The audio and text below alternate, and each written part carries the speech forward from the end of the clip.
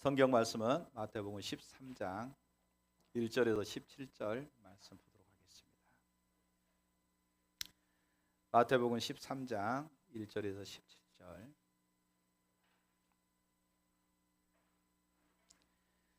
제가 한 절, 여러분이 한 절, 우리 교독하도록 하겠습니다. 마태복음 13장 1절에서 17절. 다 찾으셨죠? 그날 예수께서 집에서 나가사 바닷가에 앉으시매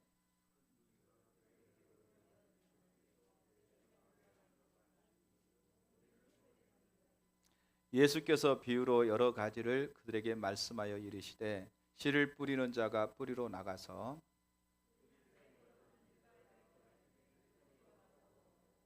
더러는 흙이 얕은 돌밭에 떨어짐에 흙이 깊지 아니하므로 곧 썩이 나오나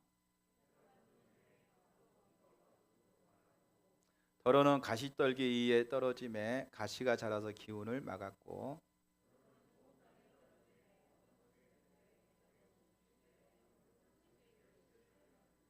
귀 있는 자는 들으라 하시니라.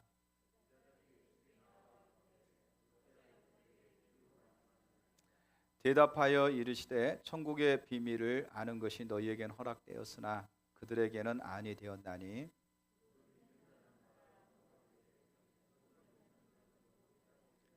그러므로 내가 그들에게 비유로 말하는 것은 그들이 보아도 보지 못하며 들어도 듣지 못하며 깨닫지 못함이니라.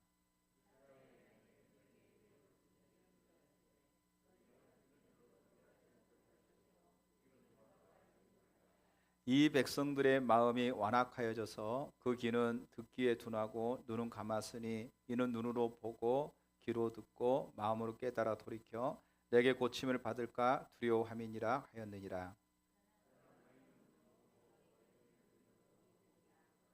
내가 진실로 너희에게 이르노니 많은 선지자와 의인이 너희가 보는 것들을 보고자 하여도 보지 못하였고 너희가 듣는 것들을 듣고자 하여도 듣지 못하였느니라.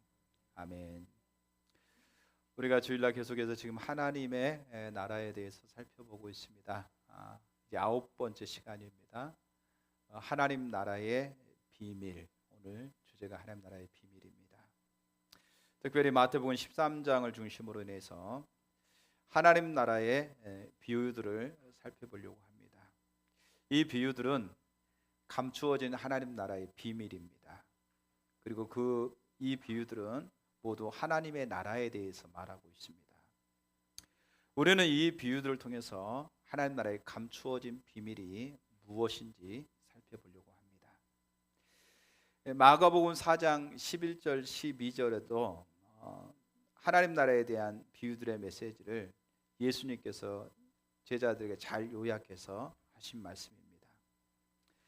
이르시되 하나님 나라의 비밀을 너희에게는 주었으나 여인에게는 모든 것을 비유로 하나니 이는 그들로 보기는 보아도 알지 못하며 듣기는 들어도 깨닫지 못하게 하여 돌이켜 제 삶을 얻지 못하게 하려 함이라 하시고. 하나님 나라의 비밀을 너희에게는 주었으나 애인에게는 모든 것을 비유로 한다. 그러니까 비유로 하는 이유가 뭐냐? 너희에게는 주어졌으나 그들에게는 주어지지 않았기 때문이다. 이렇게 말하고 있습니다. 그래서 하나님 나라의 비밀을 깨달으면 그러니까 하나님 나라를 붙잡게 되겠죠. 제 사함을 받게 되지만 그러니까 하나님 나라의 열쇠가 예수 그리스도니까 예수님을 영접해서 제 사함을 받고 구원받는 역사가 주어지지만 그 하나님의 나라를 붙잡지 못하면 제 사함을 받지 못하게 되는 것이죠.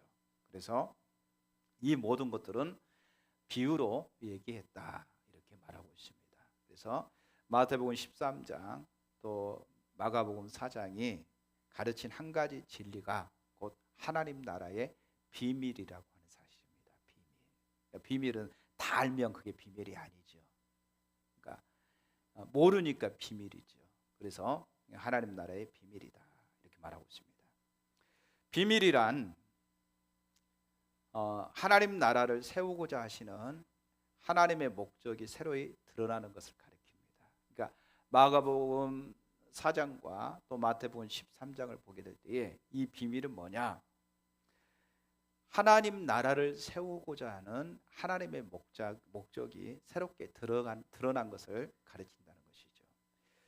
이 새로운 진리는 예수님과 그의 사역 속에서 계시로 사람들에게 주어졌는데, 그 진리는 곧 다니엘서에서 예견한 대로 장차 종말론적 권능 가운데 임하게 될 하나님의 나라가 사실 감추어진 형태로 미리 세상에 들어와 사람들 사이에서 또는 그들 안에서 은밀하게 역사하고 있다는 것입니다. 이것이 비밀입니다. 예수님이 이 땅에 오실 때 하나님 나라를 가지고 오셨어요.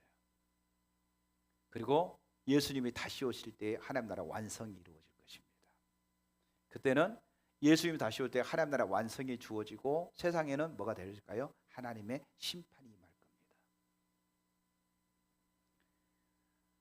겁니다.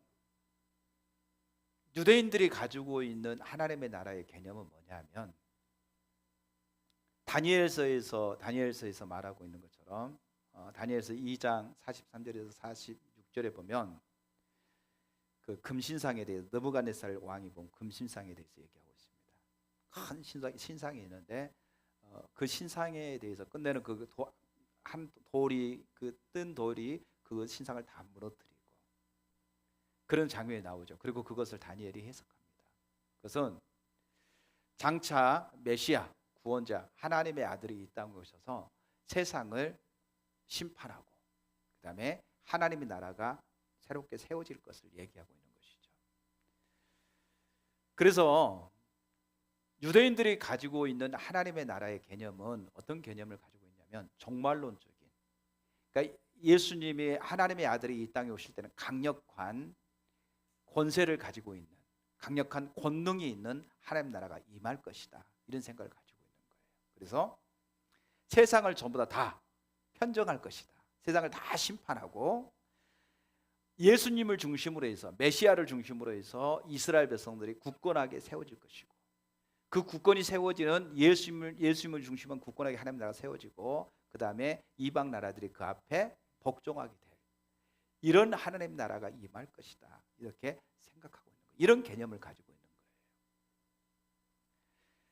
그게 이제 다니엘서에서 나오고 있는 그 한 뜨인 돌, 그 뜨인 돌이 세상 나라를 무너뜨리고 강력한 하나님 나라가 임할 것이다 라고 얘기하고 있는 거죠. 그래서 그 유대인들이 가지고 있는 하나님의 나라의 개념은 권능입니다. 강한 힘, 강한 능력을 가지고 있는 메시아, 이 메시아를 기다리고 갈망했던 것이죠. 그런데 현재의 하나님 나라, 예수님이 가지고 계신 하나님의 나라는 권능이 아니라 권유, 다른 말로 하면은 복음이 전해지고 그 복음 속에서 사람들을 권유해서 주님 하나님 나라를 영접하도록 하는 그런 역사를 띠고 있단 말이죠. 그래서 그 하나님의 나라는 명철하고 지혜 있는 자들에게는 그때 당시에 바리새인들, 서기관들, 자기들이 명철하고 지혜롭다고 생각하는 그 사람들에게는 그 하나님 나라가 어떻게 됐어요? 가리워졌어요. 그 다음에 미련한 자들, 어리석은 자들에게는 하나님 나라가 보여진 거죠. 자, 예수님의 말씀과 그의 사역 속에서 하나님 나라가 이미 우리 가운데 임했다라고 얘기하고 있습니다. 그리고 그 하나님 나라는 인격 속에 임재하고 있었고 그 나라는 메시아적 구원으로서 임재하고 있었습니다. 이것은 구약에 기대하고 있는 그 성취와는 달랐습니다. 그러나 그럼에도 불구하고 하나님 나라의 임재와 강림은 자명한 것이었고 명확하게 하나님 나라가 우리 가운데 임했습니다. 그런데 오직 계시를 통해서는, 하나님 나라의 계시를 통해서만 하나님 나라가 우리 가운데 임했다는 것을 이해할 수 있었고 또 그렇게 하나님 나라를 받아들일 수 있었습니다. 그러니까 하나님 나라가 임했어요. 예수님 통해서 하나님 나라가 왔습니다. 그런데 그 하나님의 나라는 은밀하게, 작게 그렇게 임했기 때문에 유대인들이 기대하고 있는 하나님의 나라, 강력한 파워를 가지고 있는, 권세를 가지고 있는, 능력을 가지고 있는 그처럼 기대되는 그런 하나님 나라는 아니었다는 거예요. 그러니까 그들이 예수님이 가지고 오신 그 하나님 나라를 받아들이지 못한 거예요. 왜? 그들은 종말론적인 개념을 가지고 있으니까. 심지어는 세례 요한까지도 마찬가지입니다. 세례 요한이 예수님보다 6개월 먼저 이렇게 사역을 시작했죠. 사역을 시작하면서 세례 요한이 회개하라, 하나님 나라가 가까웠다 그러면서 나는 너희에게 물로 세례를 주지만 내 뒤에 오시는 분이 있는데 그분은 너희에게 성령으로 세례를 줄 것이다. 나는 그의 신들매도 감당할 수 없다. 이렇게 말하죠. 그리고 6개월 후에 예수님의 사역이 시작됐습니다. 예수님이 그 광야에서 세례 요한이 메시지를 전하고 세례를 베풀 때 예수님이 오시는 거죠. 그리고 예수님의 머리에 성령이 비둘기 같이 임하는 모습을 보고 세례 요한이 이렇게 했습니다. 내가 이제까지 메시아가 내 뒤에 오실 분이 있다고 했는데 바로 이분이 그분이다. 그러니까 예수님이 그분이라고 전하는 거죠.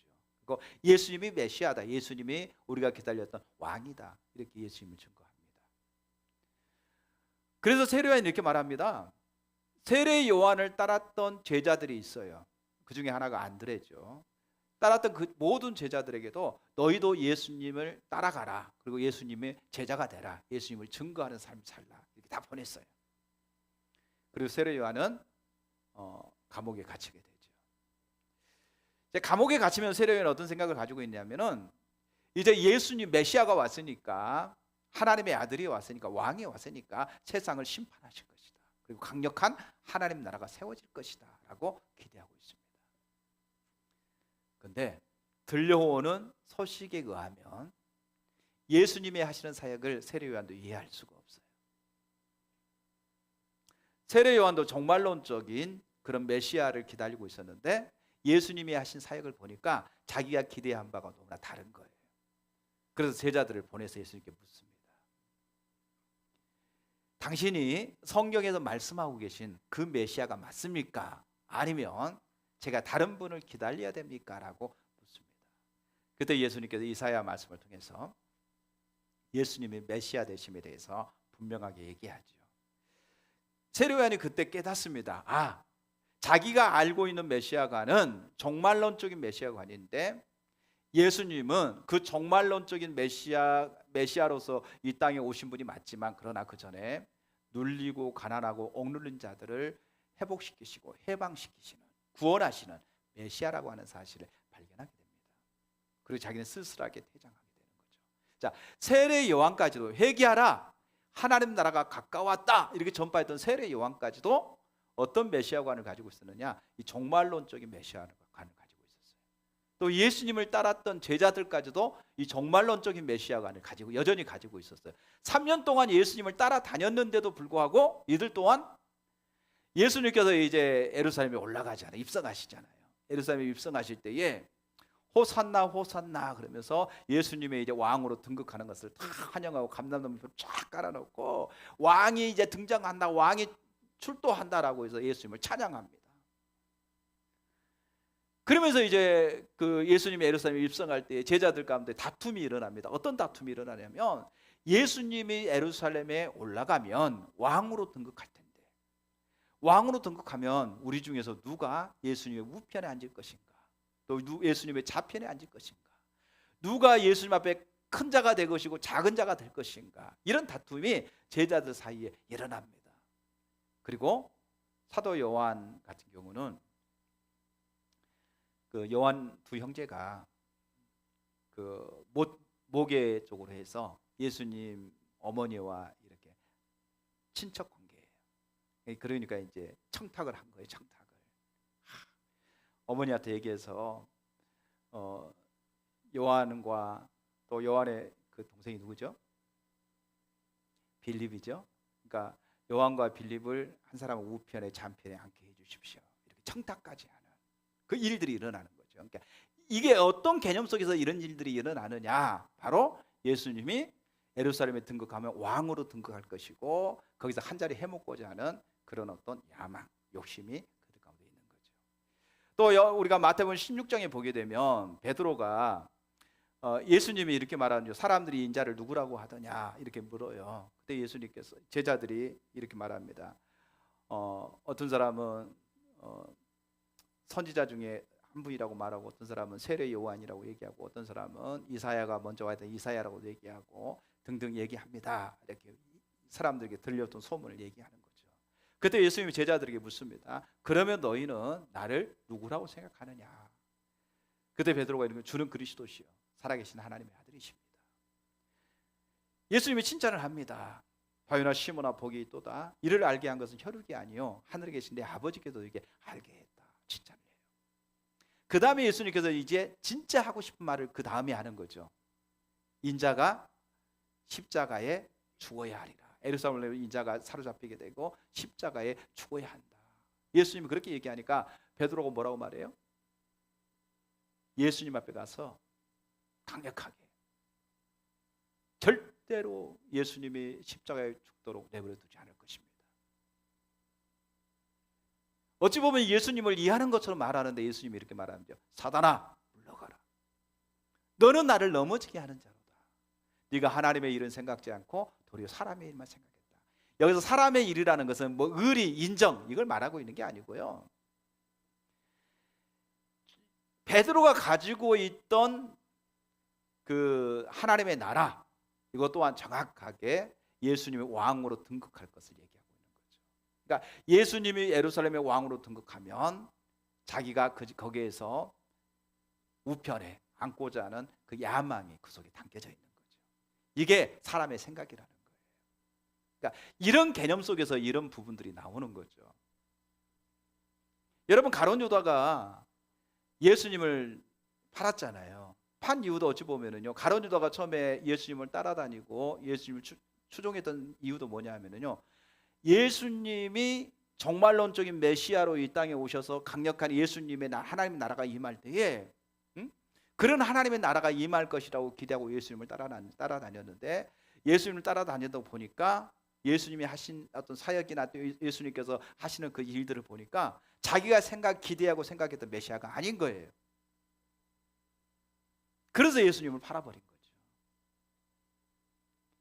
그러니까 이런 모든 개념이 어디서 나오냐 하면은 이스라엘 백성들이 가지고 있던 구약에서 가지고 있던 그들이 하나님의 나라의 개념은 종말론적인 하나님의 나라의 개념을 가지고 있었다는 거죠. 그리고 그 개념 속에서 예수님을 바라보니까 예수님이 그들이 봤을 때 예수님 메시아입니까? 메시아가 아닙니까? 메시아가 아닌 거예요. 구원자가 아닌 거예요. 그러니까 종교 지도자들 그때 당시에 기득권자들이 예수님을 배척한 겁니다. 받아들이지 못하는 거예요. 왜? 자기들이 생각했던 자기들이 알고 있는 자기들이 가지고 있는 하나님의 나라의 개념에서 보니까 예수님은 그들이 말하는 왕이 아니야. 그들이 말하는 메시아가 아니야. 처음에는 환영하고 받아들였는데 알고 보니까 아닌 거예요. 그래서 배척하고 거부하게 된 겁니다. 그런데 이 개념을 그때 당시에 종교 지도자들만 가지고 있었던 것이 아니라 대다수의 모든 사람들이 다 이 개념을 가지고 있었어요. 이 개념을 가지고 예수님을 메시아로 본 겁니다. 메시아로 보니까 메시아가 아닌 거예요.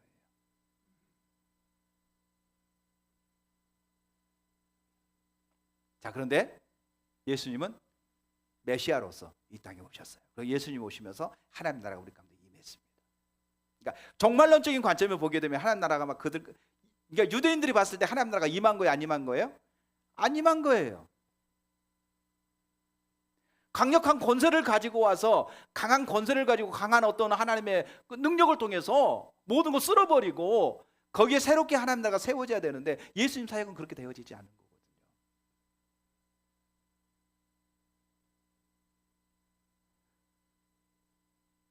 그래서 그 하나님 나라를 발견하고 깨닫는 것은 하나님이 택한 자들만 발견하고 깨달을 수 있도록 감추어져 있는 겁니다. 이게 비밀이에요. 이게 비밀. 그래서 예수님께서 마태복음 13장에 비유로 얘기하신 것은 하나님께서 보게 하는 자들만 볼 수 있도록 감춰져 있기 때문에 볼 수 있도록 비유로 예수님이 설명했다고 얘기하고 있는 거예요. 무슨 말인지 아시겠죠? 자, 이렇게 함으로 인해서 오늘 우리가 본문을 통해서 구체적으로 하나님 나라의 비밀이 뭔지를 한 6가지로 간략하게 살펴보도록 하겠습니다. 우리가 이 한 가지만 살펴도요 몇 시간이 걸리는데 간략하게 그냥 요점만 정리하겠습니다. 자, 첫 번째 비유가 어떤 비유죠? 네 가지 밭의 비유입니다.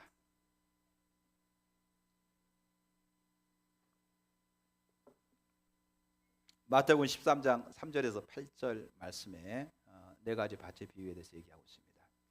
예수께서 비유로 여러 가지를 그들에게 말씀하여 이르시되 씨를 뿌리는 자가 뿌리로 나가서 뿌릴새 더러는 길가에 떨어짐에 새들이 와서 먹어버렸고 더러는 흙이 얕은 돌밭에 떨어짐에 흙이 깊지 아니하므로 곧 싹이 나오나 해가 도는 후에 타서 뿌리가 없으므로 말랐고 더러는 가시떨기 위에 떨어짐에 가시가 자라고 기운이 막었고 더러는 좋은 땅에 떨어짐에 어떤 것은 100배 어떤 것은 60배 어떤 것은 30배의 결실을 하였느니라. 자, 하나님 나라는 농부가 씨를 뿌리는 것과 같다 이렇게 말하고 있습니다. 그래서 네 종류의 밭에 씨가 뿌려졌는데 그 중에서 열매는 한 종류의 밭에서만 열매가 맺어졌다 이렇게 말하고 있습니다. 이것은 하나님의 나라가 임했는데 어떤 사람은 그것을 받아들이기도 하고 어떤 사람은 받아들이지 않고 거부하기도 했다는 것이죠. 거부한다고 하는 메시지를 담고 있습니다. 그러니까 하나님 나라가 임했는데 어떤 사람은 그걸 받아들였어요. 어떤 사람은 안 받아들였어요. 뭐 이유가 다 있겠지요. 거부하고 부정하고 안 받아들이는 이런 일들이 주어졌어요. 그렇지만 중요한 거 이거죠. 하나님 나라가 임한 것은 분명하고 하나님 나라를 받아들이는 자에게는 100배, 60배, 30배 결실을 맺어요. 받아들이지 않은 사람에게는 어떤 열매도 맺어지지 않아요. 여기서 중요한 것은 여기서 말하고 있는 부분이 그거죠. 하나님 나라가 임했다. 중요한 것은 그것을 받아들이느냐 받아들이지 않느냐의 문제에 대해서 얘기하고 있습니다. 자, 하나님 나라는 아주 조용하고 은밀하게 사람들 가운데 역사하고 있습니다. 그 나라는 사람들에게 강요하지 않습니다. 강요하지 않습니다. 단순히 권유하는 거죠. 하나님 나라가 임했으면 알리고 권유하는 거죠. 그러나 강요하지는 않아요. 사람들이 자원함으로 그 하나님의 나라를 받아들이기도 하고 때로는 거부하기도 합니다. 그러나 하나님 나라의 초청을 받아들이는 사람에게는 반드시 100배, 60배, 30배의 결실을 맺는 많은 열매를 맺게 됩니다. 받아들이지 않는 자에게는 어떤 열매도 맺어지지 않는 것이죠. 그래서 씨 뿌리는 비유를 통해서 우리 가운데 얘기하는 건 뭐냐면은 현재적으로 하나님 나라가 우리 가운데 지금 임했고 활동하고 있다고 하는 사실을 말하고 있어요. 그래서 그 하나님의 나라의 초청에 응할 것인가 응하지 않을 것인가 네 가지 밭의 비유를 통해서 보게 될 때에 응하는 자가 많지 않음을 얘기하고 있어요. 대부분 응하지 않게 되는 것이죠. 그리고 그 하나님의 나라에 응하는 자들에게는 반드시 열매가 나타난다. 열매가 맺어지게 되어 있다. 왜냐하면 씨 자체는 그 하나님 나라의 강력한 힘을 가지고 있기 때문에 반드시 열매가 맺어집니다. 하나님이 원하시는 열매가 반드시 맺어지게 되어 있습니다. 두 번째 가라지 비유입니다. 24절에서 30절 말씀입니다.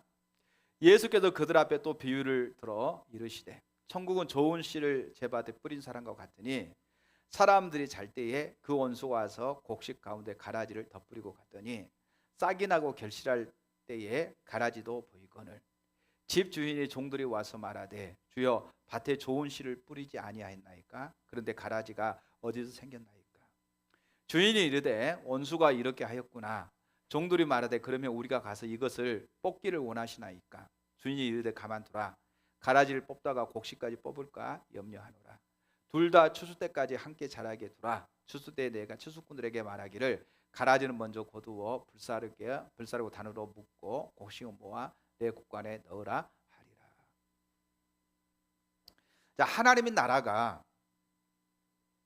은밀하게 임했다고 했잖아요. 은밀하게 확연하게 보이게 임한 것이 아니라 다시 말하면 종말론적인 입장에서 하나님 나라는 전 세계적으로요 눈에 보이게 임합니다. 아주 강력하게 강한 하나님의 어떤 권세를 가지고 능력을 가지고 하나님 나라가 임합니다. 그리고 모든 사람들이 그 하나님 발 앞에 무릎 꿇게 되어 있습니다. 하나님의 심판이 있으니까. 그런데 초림의 예수님이 오실 때는 하나님 나라는요, 그렇게 눈에 보이게 강력하게 임한 것이 아니라 아주 은밀하고 작게 하나님 나라가 임했어요. 그래서 누가 하나님 나라가 임했다는 사실을 모르는 거예요. 근데 그 하나님 나라가 활동하고 있는 거예요. 예수님의 말씀을 통해서, 복음을 통해서 하나님 나라에 초청을 하게 되고 씨앗을 뿌렸습니다. 그런데 거기에 누가 또 씨를 뿌렸습니까? 밤에 몰래 온수가 와가지고 거기다가 또 씨를, 가라지를 뿌렸습니다. 이렇게 좋은 씨앗이 떨어져서 자라고 또 가라지도 자라는 거예요. 그러니까 눈에 보여지니까 이제 제자들이 묻는 거죠. 아니, 주님이 좋은 씨앗을 뿌렸는데 저 나쁜 가라지는 뭡니까? 이렇게 물어보는 거죠. 그거는 주님은 좋은 것을 뿌렸는데 나쁜 거 안 뿌렸는데 왜 가라지가 납니까? 그거죠. 내가 뿌린 게 아니라 온수가 몰래 와서 뿌렸다. 그럼 우리가 가서 뽑아버릴까요? 이렇게 얘기하죠. 가만두어라. 괜히 그거 건드렸다가 잘못해서 좋은 것을 건드리면 안 되니까 그냥 두어라. 추수다가 되면은 나쁜 것 먼저 다 걸러내고 좋은 것은 곳간에 넣을 것이다. 이렇게 얘기하죠. 이건 뭐냐면은요, 하나님 나라가 은밀하게 우리 가운데 임해서 활동하고 있는데, 하나님 나라만 활동하고 있는 게 아니라 사단도 역사하고 있다는 겁니다. 그래서 사단도 하나님 나라를 방해하기 위해서 교묘하게 거짓된 복음, 거짓된 것들을 뿌리는 거예요. 그래서 교회를 미혹하는 겁니다. 교회를 혼란케 하는 겁니다. 우리가 하나님 나라와 영적 전쟁에 대해서 살펴보면서 그 영역들을 살폈죠.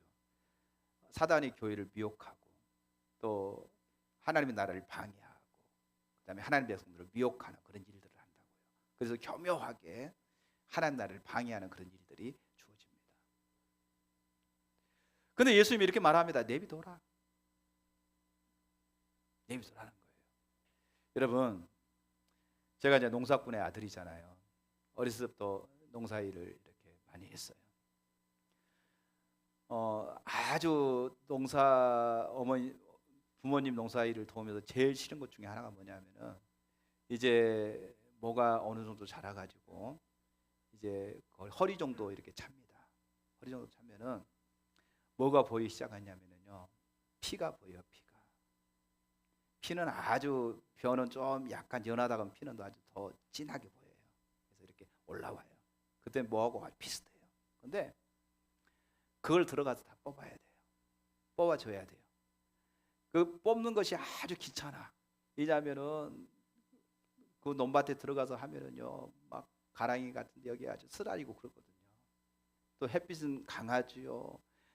그 논에 들어가서 다니는 것도 힘들지요. 또 밟다 보면은 그 벼에 이렇게 스쳐가지고 이제 쓰라리죠. 이루 말할 수도 없어요. 근데 농부들은 일일이 다니면서 다 그걸 뽑아줘요. 뽑아주고, 예전에는 또 김을 많이 맸어요. 논에 풀이 많이 나가지고 그걸 일일이 가서 다 이런 김을 매주는, 뭐 한 번도 아니고 한 번, 두 번, 세 번 뭐 이렇게 김을 매줘요.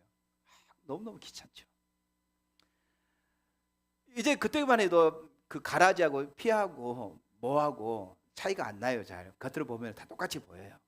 그런데 이제 곡식이 여물어 가지고 이제 알곡이 되면은요, 확연하게 드러납니다. 확연하게 벼는 벼처럼 이제 이렇게 알곡이 자라서 이렇게 곡식이도 되고, 피는 키가 좀 더 크기 때문에 쭉 올라와 가지고 새카만 이렇게 이제 풀이 이제 보이기 시작해요. 처음에는 분간이 잘 안 가요. 농부 아니면 잘 몰라요. 괜히 영광이한테 야, 피 좀 뽑아라 그러면 벼나 뽑아놓고 피라고 뽑아라면 안 되잖아요. 뭐 시킬 수가 없어. 농부가 아니면 잘 몰라. 그러니까 예수님이 그런 것 같아요. 제자들에게 벼는 아니지만 예를 들어 한다면 그런 거죠. 가만두어라. 그리고 이제는 확연하게 드러날 때가 되면, 거기서 확연히 드러나잖아요. 너무나 달라요. 처음엔 똑같은 것 같은데 확연하게 달라요. 다르기 때문에 그건 반드시 정말 보기 싫구나, 뽑아야 되겠구나, 저게 곡식과 섞여지면 안 되겠구나, 이런 생각이 들잖아요. 그때 가서 낫으로 이 댕강댕강 모가지만 잘라가지고 버려요. 여러분도 이제 지금 이제 들녘에 가서 보면은요, 뭐 우리가 전주가 계속 도시만 있는 게 아니잖아요. 살짝 옆으로만 가면 논이 많잖아요. 논에 가면은요, 피가 없는 깨끗한 논도 있지만 어떤 논에 가면은 피 반, 벼 반 이런 논도 있어요. 게으른 사람은 전혀 피를 뽑지 않고 그대로 놔두기 때문에 정말 보기 싫습니다. 그런 논들도 참 많아요. 그러니까 그게 뭐냐? 피라고 보면 돼요. 그게 있는 거죠. 그러면 추수할 때에 그걸 걸러내야 되는 거예요. 추수할 때. 이처럼 우리가 가라지 비유를 통해서 예수님께서 하나님의 나라를 선포하시고 하나님 나라가 우리 가운데 임했지만 반대로 원수도 하나님 나라를 방해하기 위해서 온갖 역사하고 있다고 하는 사실을 기억해야 됩니다. 특별히 하나님의 백성들, 하나님의 자녀들을 방해하기 위해서 사단 마귀는 교묘하게 교회 가운데 또 하나님의 자녀들 주변에 바로 가라지를 심어놨다고 하는 사실을 기억해야 됩니다. 그래서 하나님의 백성들을 미혹하고 넘어지게 만들고 또 하나님의 백성들이 하나님을 찾지 못하게 만드는 그런 역사하는 일들이 있다고 하는 사실을 기억해야 됩니다. 자, 세 번째 겨자씨 비유입니다. 31절에서 32절. 또 비유를 들어 이르시되 천국은 마치 사람이 자기 밭에 갖다 심은 겨자씨 하나를 같으니 이는 모든 씨보다 작은 것이로되 자란 후에는 풀보다 커서 나무가 되매 공중의 새들이 와서 그 가지에 깃들으느니라. 자, 겨자씨 비유는 언젠가는 큰 나무가 될 하나님의 나라가 처음에는 아주 작은 보잘것없는 형태로 세상에 이미 임재하고 있다는 진리를 우리 가운데 가르쳐주고 있습니다. 겨자씨는 가장 작은 씨앗은 아니에요. 가장 작은 씨앗은 아니지만 잠언서에 보니까 겨자씨를 얘기할 때 가장 작은 것을 의미할 때 겨자씨를 얘기합니다. 그래서 겨자씨 그러면 가장 작은 것, 보잘것없는 것 말할 때 겨자씨라고 얘기하는 거예요. 그런데 이 겨자씨가 아주 작은 거지만 그 겨자씨가 땅에 뿌려졌고 그 다음에 그게 자라면 큰 나무가 되는 거예요. 큰 나무가 돼서 거기서 새들이 깃들일 정도로 큰 나무가 되는 것을 얘기하는 거죠. 하나님의 나라가 처음에는 겨자씨처럼 보잘것없이 아주 작게 우리 가운데 임했다는 거예요. 그런데 앞으로는 이 하나님 나라가 클 거라는 거죠. 하나님 나라가 놀랍도록 하나님 나라가 확장될 거라는 것을 얘기하는 거죠. 그래서 큰 나무가 되어서 큰 나무가 되는 것처럼 한 나라가 크게 확장될 것을 말하고 있습니다. 그래서 모든 만국이, 모든 나라들이 그 하나님 나라가 얼마나 크게 될 것인지 그 하나님 나라 앞에 보금자리를 찾을 정도로 될 것이라고 그렇게 말하고 있습니다.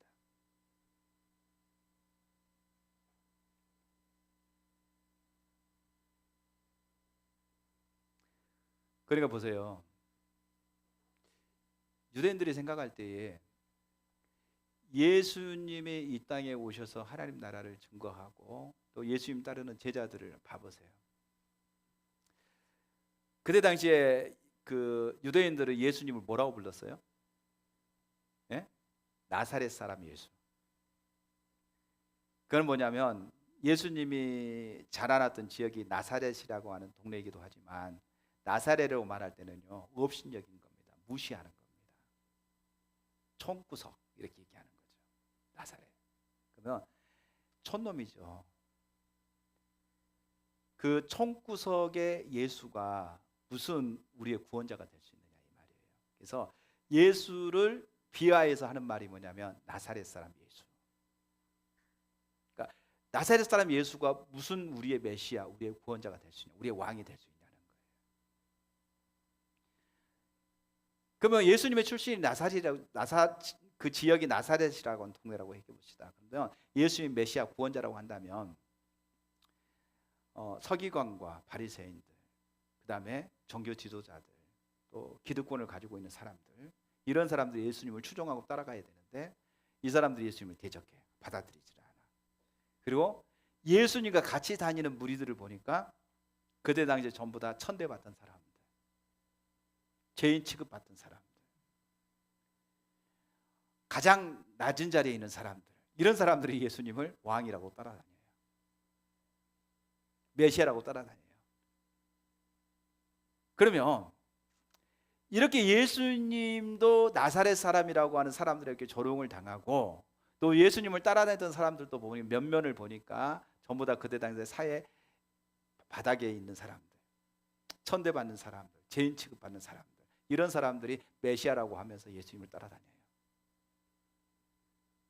그럼 그 누가 봐도, 유대인들의 입장에 봤을 때 그 누가 봐도 예수님이 진짜 메시아겠는가 라고 하는 의문을 품을 수밖에 없어요.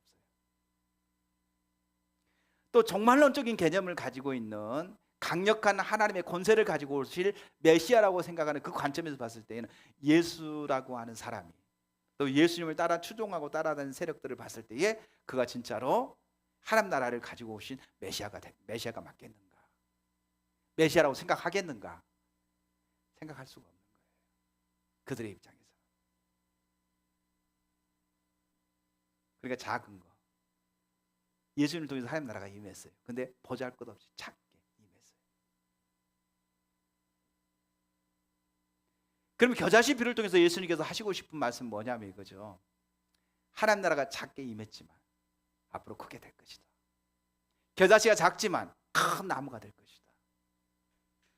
하나님 나라가 작게 너희 가운데 임했지만 이 하나님 나라가 앞으로 폭발적으로 강력하게 확장될 것이다. 이걸 비유적으로 얘기하고 있죠. 또 그 다음에 보면 누룩 비유에 대해서 얘기하고 있습니다. 33절에 보면 또 비유로 말씀하시되 천국은 마치 여자가 가루 서말 속에 갖다 넣어 전부 부풀게 한 누룩과 같으니라. 겨자씨는 작은 것을 얘기한다고 한다면, 누룩은 뭐냐면 영향력을 얘기합니다. 영향력. 여러분, 누룩도 보잘것없는 걸 말할 때 누룩을 얘기해요. 그러니까 작고 보잘것없는 걸, 겨자씨 누룩을 얘기할 때에 작고 보잘것없다 이렇게 말하는 거죠. 그러니까 누룩이, 작은 누룩을 가지고 서말 가루 속에 있는 모든 가루를 전부 다 부풀게 해버렸어요. 다시 말하면 하나님의 나라는 보잘것없이 왔지만 누룩처럼 서말에 있는 그 모든 가루를 갖다 전부 다 영향력을 발휘해 가지고 다 그것을 변형시켜 버렸다는 거죠. 그러니까 하나님 나라가 얼마나 강력한지, 보잘것없는 것처럼 보이지만 이 하나님 나라가 임하고 하나님 나라가 확산되면 영향력을 발휘해서 모든 만국을 변형시키는 귀한 일들을 이룰 것을 말하고 있는 것이죠. 겨자씨처럼 누룩처럼 작고 보잘것없이 보는 것처럼 하나님 나라가 현재적으로 임했지만 이 하나님 나라가 얼마나 강력한지, 큰 나무가 되고 작은 누룩이 모든 가루를 다 부풀게 했던 것처럼 그렇게 하나님 나라는 확장될 것이고 크나큰 영향력을 발휘할 것을 얘기하고 있는 거예요. 발휘할 것을. 여러분, 실제적으로 예수님이 십자가에 죽으시고 부활하시고 승천하신 후에 오순절 성령님이 임했습니다. 성령님이 임하시고 이제 교회를 통해서 하나님 나라가 전파되기 시작합니다. 예루살렘부터 시작해서 예루살렘과 온 유대와 사마리아, 더 나아가서 이제는 땅끝까지, 아시아와 아프리카와 유럽으로 하나님 나라가 확산돼서 급속도로 전파되기 시작합니다. 하나님 나라가 전파돼요. 하나님 나라가 전파되는데, 여러분, 하나님 나라가 전파될 때에 우리는 단순히 복음이 전파되는구나, 예수 그리스도에 대한 복음이 전파되는구나, 종교가 전파되는구나, 그걸 말하는 게 아니에요. 여기서 말하는 것은요, 단순히 복음이라고 하는 것이 성경이 전파되고 성경 내용이 전파되는구나, 교리가 전파되는구나, 아니면 종교가, 기독교라고 하는 종교가 전파되는구나, 그걸 말하는 게 아니에요.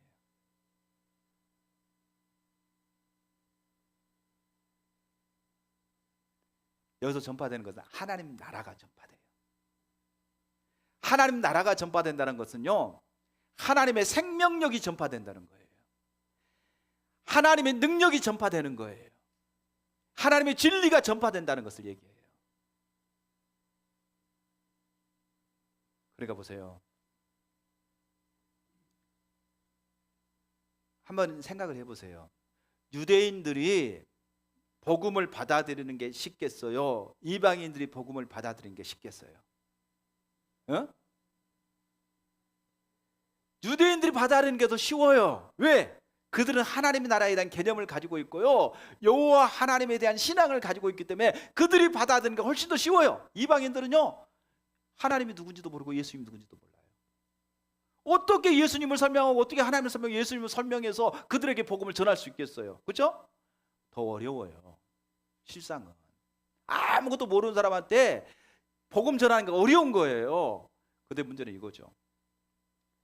초대교회 가운데 그들이 성령으로 충만하고 성령이 충만하여 그들이 복음을 증거할 때에 이방인 유대인들보다는 이방인들에게 훨씬 더 복음이 잘 증거됐어요. 잘 증거된 이유가 뭐냐면요, 그들이 단순히 복음에 대한 이론을 전한 게 아니었어요.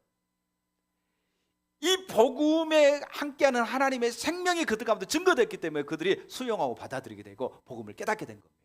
아멘? 이 문제였어요. 이 문제.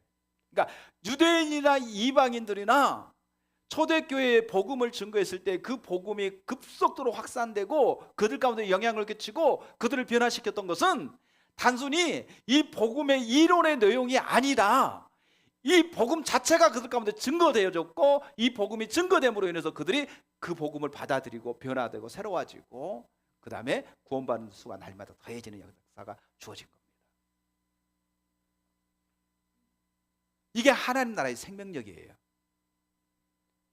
겨자씨처럼 누룩처럼 보잘것없게 작게 왔지만 엄청난 영향력을 가지고 있는 거예요.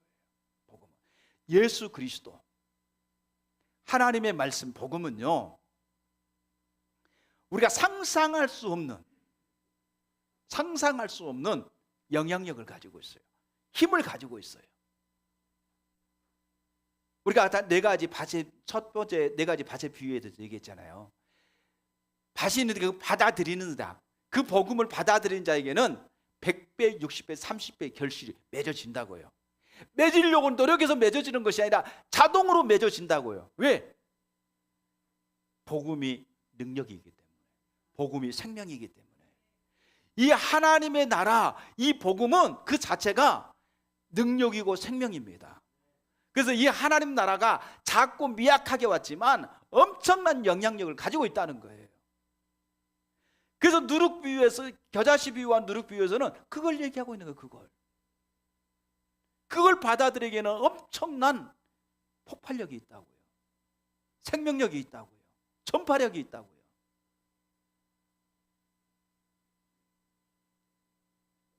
그래서 하나님 나라가 급속도로 전파되는 일들이 주어졌습니다.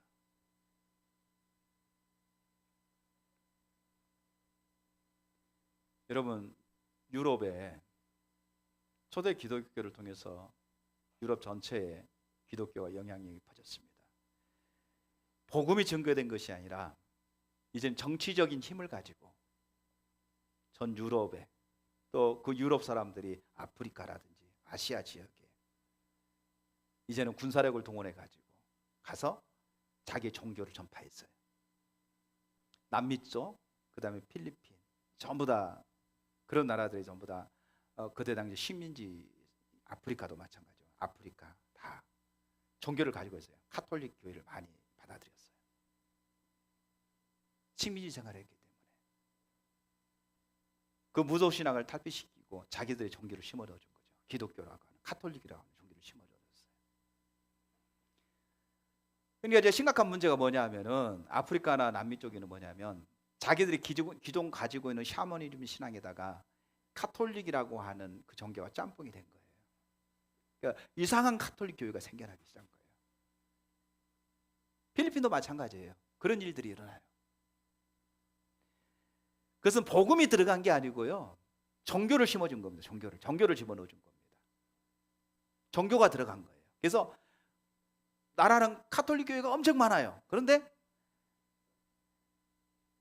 샤머니즘화된, 또 그 나라의 토속 신앙과 짬뽕된 카톨릭 교회, 뭐 이런 교회들이 사방에 펼쳐져 있는 거죠.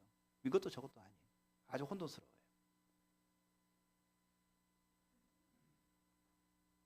그러나 그러니까 복음은 여러분 보세요. 국가적으로 받아들였기 때문에 가톨릭 교회가 많이 생겼지만 문제는 뭐냐면은 영향력은 전혀 없어요. 영향을 끼치지 못해요. 교회도 마찬가지입니다.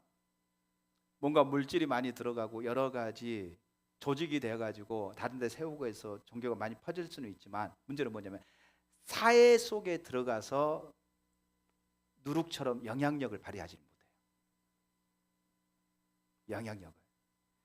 영향력인데 하나님의 나라의 복음은 영향력인데, 예를 들어서 한 사람이 그 직장에 들어가서 그 직장에서 그리스도의 삶을 살게 되면 그 영향력이 직장 전체에 퍼지게 됨으로 인해서 거기에 하나님 나라가 강력하게 임하게 되는 일들이 주어지는데, 그 하나님 나라에 종교성만 넣어줘 버리면 실제적으로 하나님의 생명이 들어가지 않기 때문에 근데는 영향력이 전혀 발휘되지 않는 거예요. 영향력이 없는 거예요.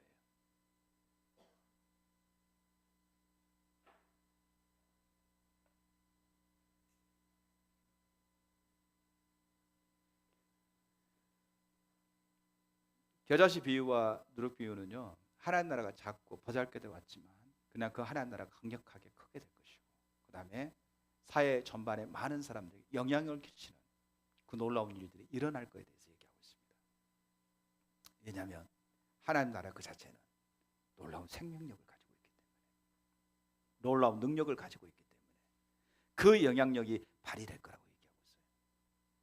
그 실제적으로 그렇게 될 거예요.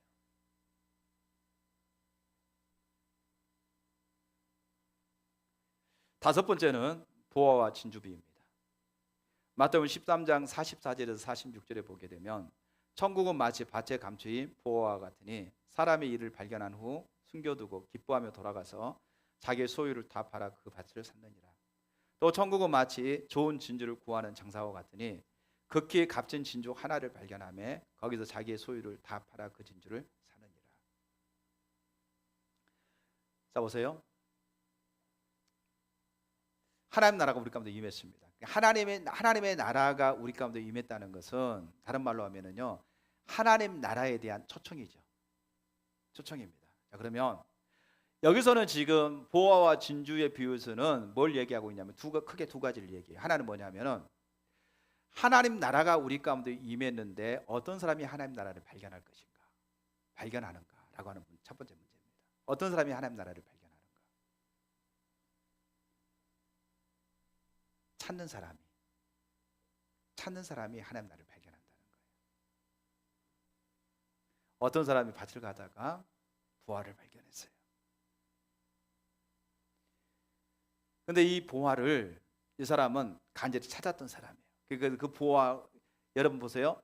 찾는 사람이 보화를 발견하고, 두 번째로 뭐냐면요, 보화를 발견했을 때 그 가치가 얼마나 큰 건가를 찾는 사람이 그 가치를 알아요. 가치를 알아요. 구하라, 그리하면 주실 것이요, 찾으라, 찾아낼 것이요, 두드리라, 너희 가운데 열릴 것이니. 이건 뭐 구하고 찾고 두드리는 거 뭐냐, 기도하라고 말하는 게 아니고요, 이것은 하나님 나라를 구하라는 거예요. 하나님 나라를 찾으라는 거예요. 하나님 나라를 두드리라는 거예요. 하나님 나라를 구하는 자에게 주실 것이요, 찾는 자가 찾아낼 것이요, 두드린 자에게 열릴 것이다. 하나님 나라를 찾으라는 거예요.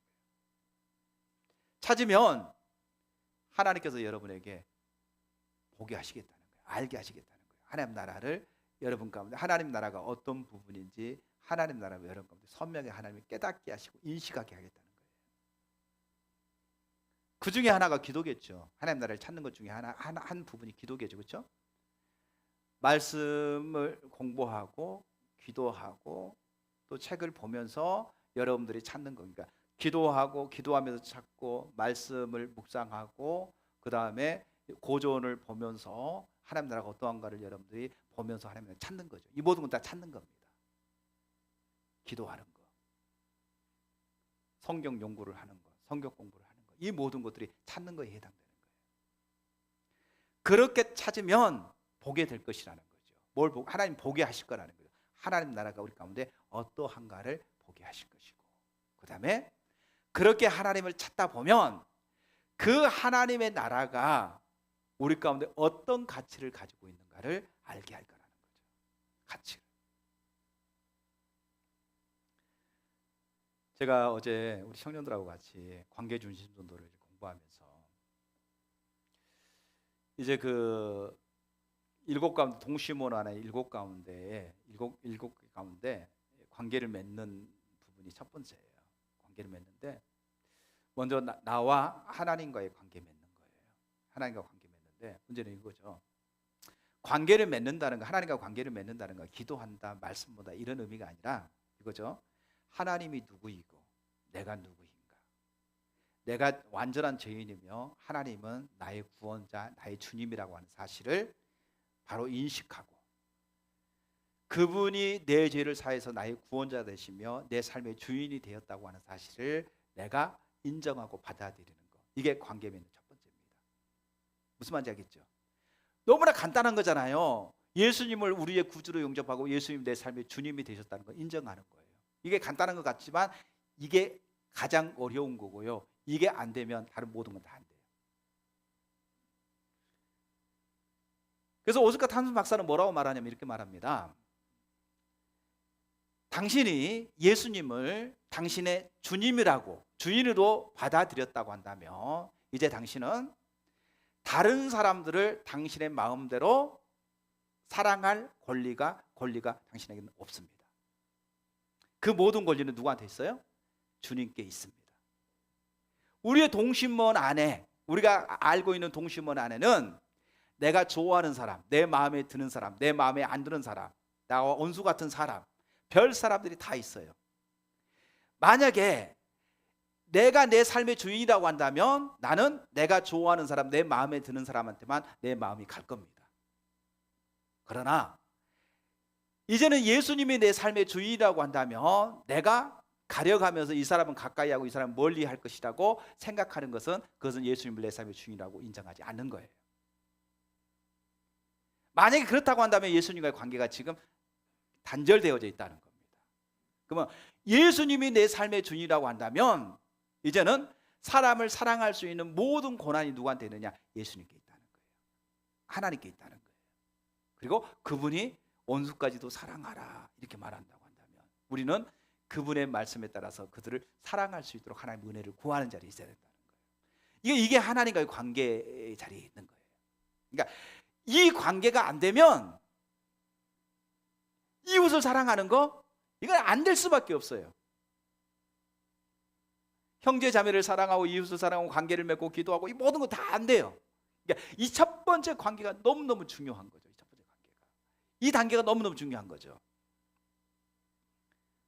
중요한 게 뭐냐면요, 그분이 내 삶의 주인이 됐어요.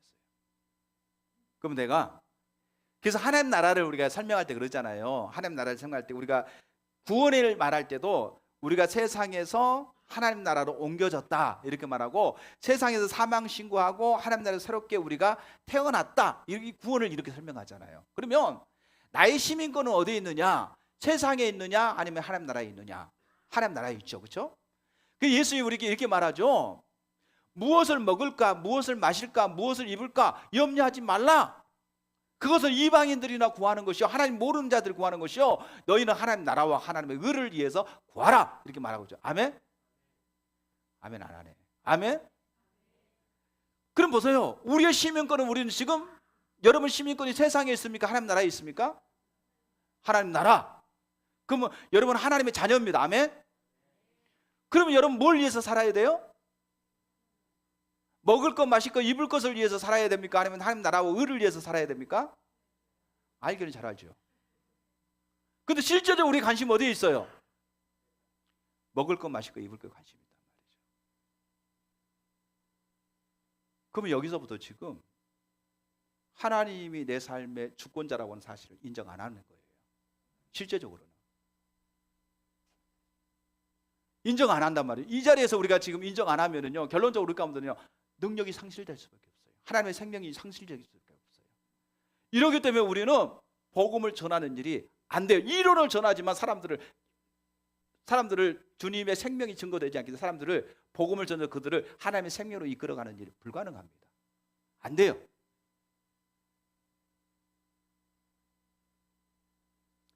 보화와 진주의 비유를 통해서 우리는 뭐를 알게 되냐면요, 하나님의 나라와 복음의 가치, 예수 그리스도의 가치가 어떠한 가치를 가지고 있는가를 알아요.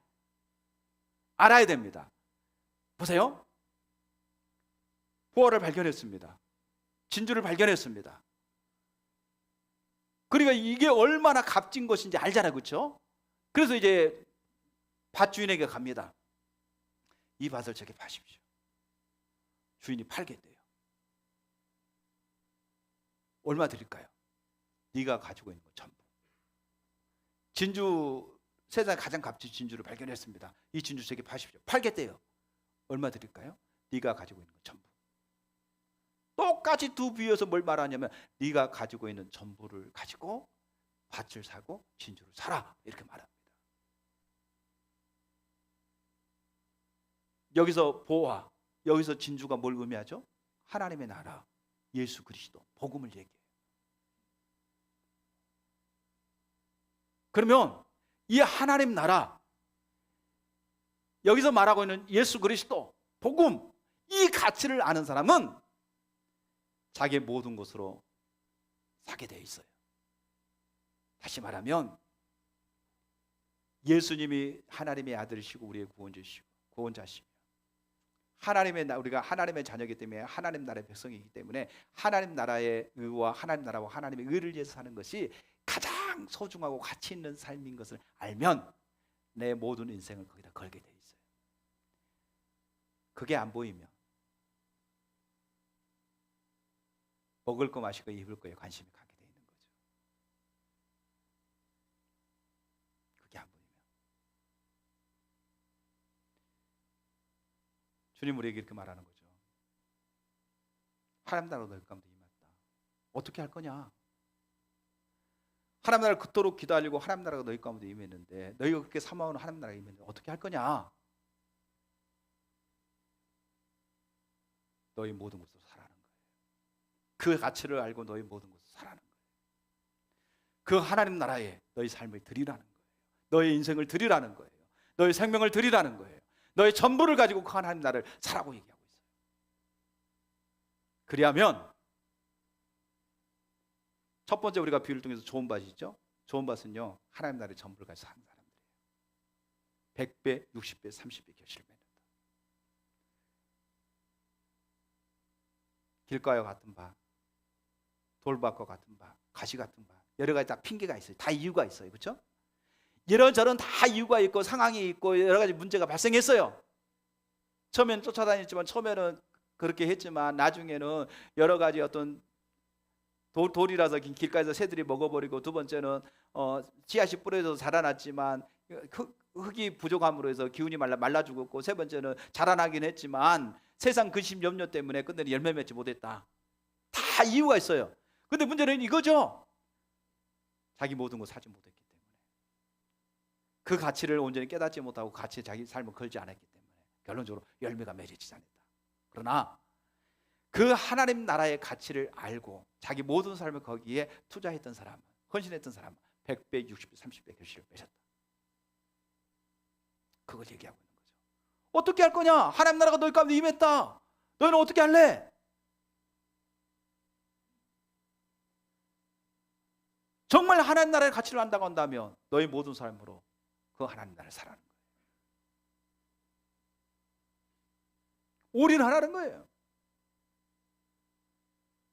주님의 제자의 삶을 살라는 겁니다. 아멘. 그리고 마지막 그물 비유입니다. 47절에서 50절을 보면은, 또 천국은 마치 바다에 치고 각종 물고기를 모으는 그물과 같으니 그물에 가득하며 물가로 끌어내고 앉아서 좋은 것은 그릇에 담고 못된 것은 내버려 둡니다. 세상의 끝에도 이러하리라. 천사들이 와서 의인 중에서 악인을 갈라내어 풀무불에 던져 넣으리니 거기서 울며 이를 갈리라. 하나님 나라는 그물을 바다에 치는 것과 같다라고 이렇게 말합니다. 그 활동으로 좋은 고기뿐 아니라 나쁜 고기도 잡아 올린다고 얘기하고 있습니다. 그리고 그물을 해변에 가지고 와서 고기를 골라냅니다. 그런 것이 하나님 사람들 사이에 역사하는 하나님 나라의 활동이라고 얘기하고 있습니다. 이게 무슨 말이냐면 이겁니다. 바다는 세상을 얘기하고요, 그물은 교회를 얘기합니다. 그러면 세상에다 그물을 던졌어요. 그랬더니 그물 속에 좋은 고기도 들어오고 나쁜 고기도 들어왔습니다. 이제 그물을 밖으로 끄집어낸 것은요, 마지막 종말의 때에, 하나님의 심판이 가까울 때에 그물을 끄집어냅니다. 그러면 그물 속에는 좋은 고기와 나쁜 고기가 다 들어있어요. 좋은 고기는 그릇에 담고 나쁜 고기는요 밖에다 버린다고 얘기하고 있습니다. 이게 하나님 나라의 활동이라고 얘기하고 있습니다. 하나님 나라가 우리 가운데 임할 때, 우리가 하나님 나라와 교회의 관점에서 보게 될 때 이렇게 말해요. 하나님 나라가 임할 때에 하나님 나라가 임함으로 인해 교회가 생겨났습니다. 교회가 하나님 나라가 임함으로 인해서 교회가 창출됐습니다. 교회가 생겨났습니다. 그러나 다 교회에 다닌다고 해서 그 교회가 하나님 나라 자체는 아닙니다. 다 교회에 다닌다고 해서 구원받은 것도 아닙니다. 무슨 말인지 아시겠죠? 하나님 나라가 임함으로 그 반사작용으로 나타난 게 뭐냐면 교회가 생겨난 거예요. 교회가. 그래서 하나님 나라 백성은 어디서 활동하냐? 교회에서 활동하게 돼 있어요. 그러니까 내가 하나님의 나라를 받아들이고 내가 예수 믿는 사람이다 그러면 예수 믿는 사람은 어디서 활동한다고요? 교회에서 활동하게 돼 있습니다. 아멘. 그렇다고 해서 교회 자체가 하나님 나라는 아니에요. 하나님 나라는 아니에요. 그러면 이런 거죠. 교회 안에도 하나님의 자녀들도 있고 하나님의 자녀들이 아닌 자들도 교회 안에 존재할 수 있다라고 얘기하고 있는 겁니다. 그리고 마지막 때에 이제는 아까 세상에서 알곡과 쪽정이를 갖다가 가라지를 구별해낸 것처럼 교회 안에서도 하나님께서 이제 마지막 때는 교회 안에서도 좋은 고기와 나쁜 고기를 구별하겠다는 거예요. 교회 안에서도.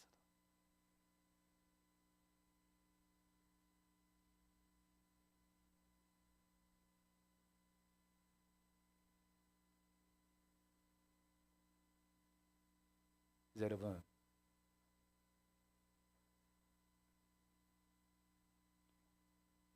이게 이제 그 바다에 치는 그물 비유입니다. 그러니까 교회 다닌다고 다 구원받은 게 아닙니다.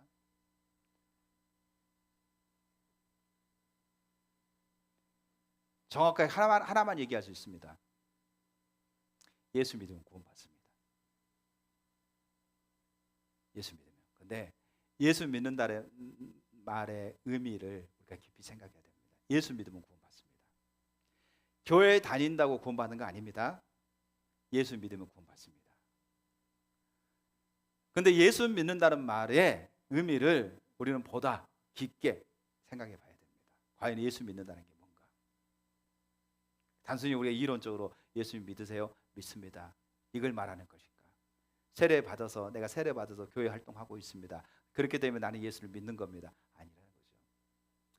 교회에서 활동하고 있고 교회에서 세례 받고 직분을 받아서 집사님, 권사님, 장로님, 때로는 목사님 소리를 듣고 직분을 받아서 활동하고 있어도 예수 안 믿을 수 있어요.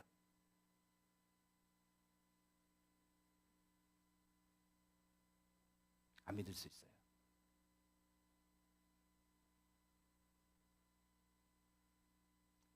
믿는 분도 있지만 안 믿는 분도 있을 수 있어요. 중요한 건 이겁니다. 다른 건 몰라도 명확한 건 하나입니다. 예수 믿으면 구원받습니다. 그러면 예수 믿는다는 것이 단순히 종교 생활하는 것은 아니에요. 종교 생활이 포함됩니다. 그러니까 단순히 주일 예배 드리는 것 그것만을 얘기하는 게 아니에요. 예수 믿는다는 것은요 보다 포괄적인 겁니다. 예수님의 제자의 삶을 얘기합니다.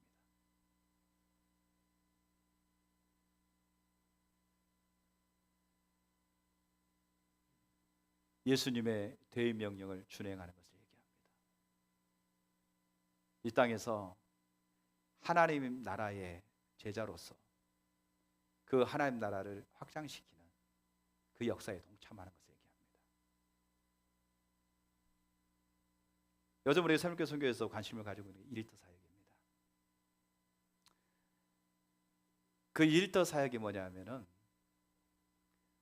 우리가 가는 그곳에서 우리가 주님의 사역자로서 어떻게 그렇게 주님을 드러내고 주님을 증거하고 주의 생명력을 나타낼 수 있는가, 이런 부분에 전반적으로 공부하는 겁니다. 연구하는 겁니다. 그리고 실제적으로 그 일이 어떻게 이루어질 것인가를 고민하고 찾는 영역이죠. 단순히 교회만 하나님이 계시고 우리의 사역장 또 우리가 섬기는 직장 여기에서는 하나님이 전혀 개입하지 않고 하나님 역사하지 않는 거 아니죠.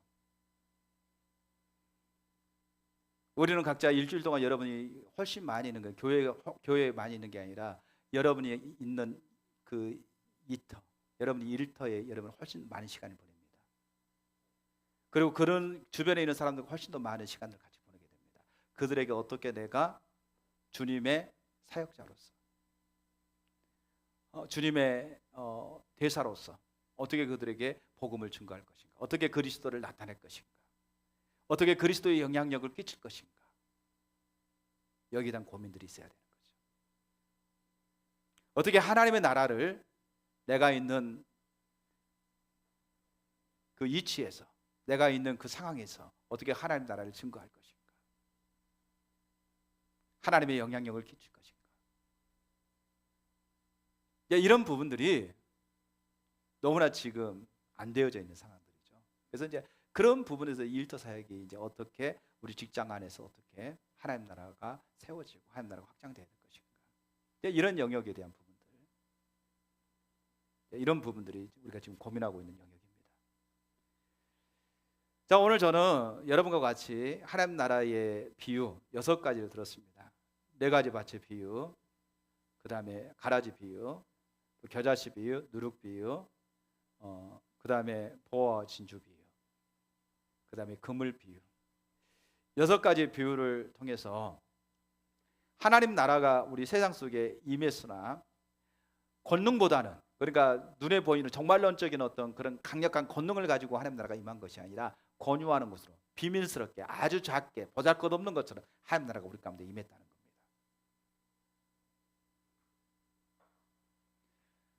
임했습니다.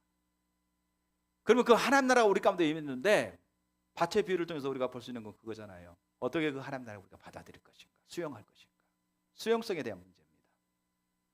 하나님 나라를 받아들인 사람에게는 100배, 60배, 30배 결실맺어요. 그 사람이 능력이 있고 능력이 없고 그 문제가 아닙니다.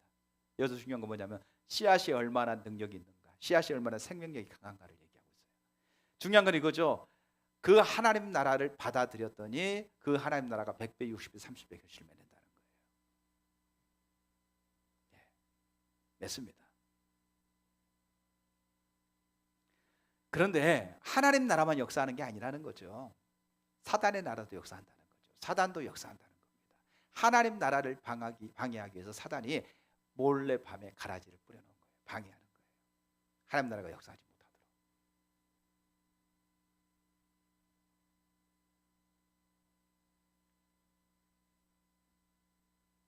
그럼에도 예수님께서는 내버려두라고 얘기합니다. 종말의 때에 반드시 거기도 심판하겠다고요.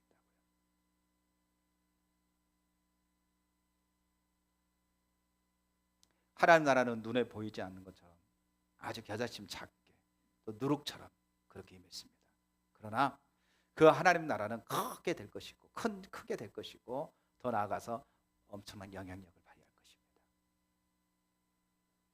폭발적으로. 왜? 하나님 나라 자체에 그 하나님의 말씀은 생명력을 가지고 있기 때문에 그런 일들이 일어날 것입니다. 그래서 하나님 나라를 간절히 찾는 사람이 그 하나님을 발견하게 될 것이고, 그렇게 하나님 나라를 찾는 사람에게 그 가치가 어떠한 것을 알게 될 것입니다. 가치가 아는 사람은요, 자기 전부를 가지고 그 하나님 나라를 사게 되어 있습니다. 받아들이게 되어 있습니다. 그를 통해서 하나님께서 하나님 나라를 확장시켜 가십니다. 100배, 60배, 30배 결실은 단순히 우리가 종교 생활을 하는 게 아니라 하나님 나라를 사는 것을 얘기합니다. 내 모든 것으로 하나님 나라를 사는 거예요. 나의 시민권이 세상에 있는 것이 아니라 하나님 나라에 있기 때문에 그 하나님의 백성으로서 먹을 것 마시고 입는 것을 사는 것이 아니라, 이것은요, 먹고 마시고 입는 것은 목회자들만이 아니라 모든 성도에 다 해당되는 겁니다. 내가 무엇을 살 것인가, 주님의 나라와 주의 의를 위해서 산다. 내가 모든 것을 주님 앞에 다 걸고 그 주님의 나라를 내 모든 것으로 소유하고 그렇게 주님의 나라를 위해 살고자 할 때 하나님께서 우리에게는요 우리를 통해서 하나님의 능력이 나타나고 우리를 통해서 하나님께서 영향력을 발휘하시도록 하나님 우리에게 그 능력을 부여하십니다. 예. 그리고 그렇게 우리가 나갈 때 우리를 통해서 하나님 나라가 확장되는 거예요. 하나님 나라가 이루어지는 겁니다. 이게 마태복음 13장에서 말하고 있는 결론적인 말씀입니다. 그리고 마지막 때에 금은 위를 통해서 하나님의 심판이 분명히 있을 겁니다. 그때는 분리가 되어져요. 믿는 자와 믿지 않는 자가 확연하게 드러날 것입니다. 그때는 정말론적으로 눈에 드러나도록 하나님이 강력하게 임하실 것입니다. 그리고 믿는 자와 믿지 않는 자를 구별시킬 것입니다. 믿는 자에게는 주님과 함께 영원토록 하나님의 생명을 누린 삶을 살 것이고 그러지 않은 자에게는 하나님의 심판을 받게 되는 일들이 일어날 것입니다. 오늘 마태복음 13장 말씀을 통해서 저와 여러분이 하나님 나라의 비밀을 깨닫고 그 하나님 나라를 구하고 찾고 열망하는 저와 여러분 될 수 있기를 주의 이름으로 축원합니다. 찬양하고 기도하겠습니다.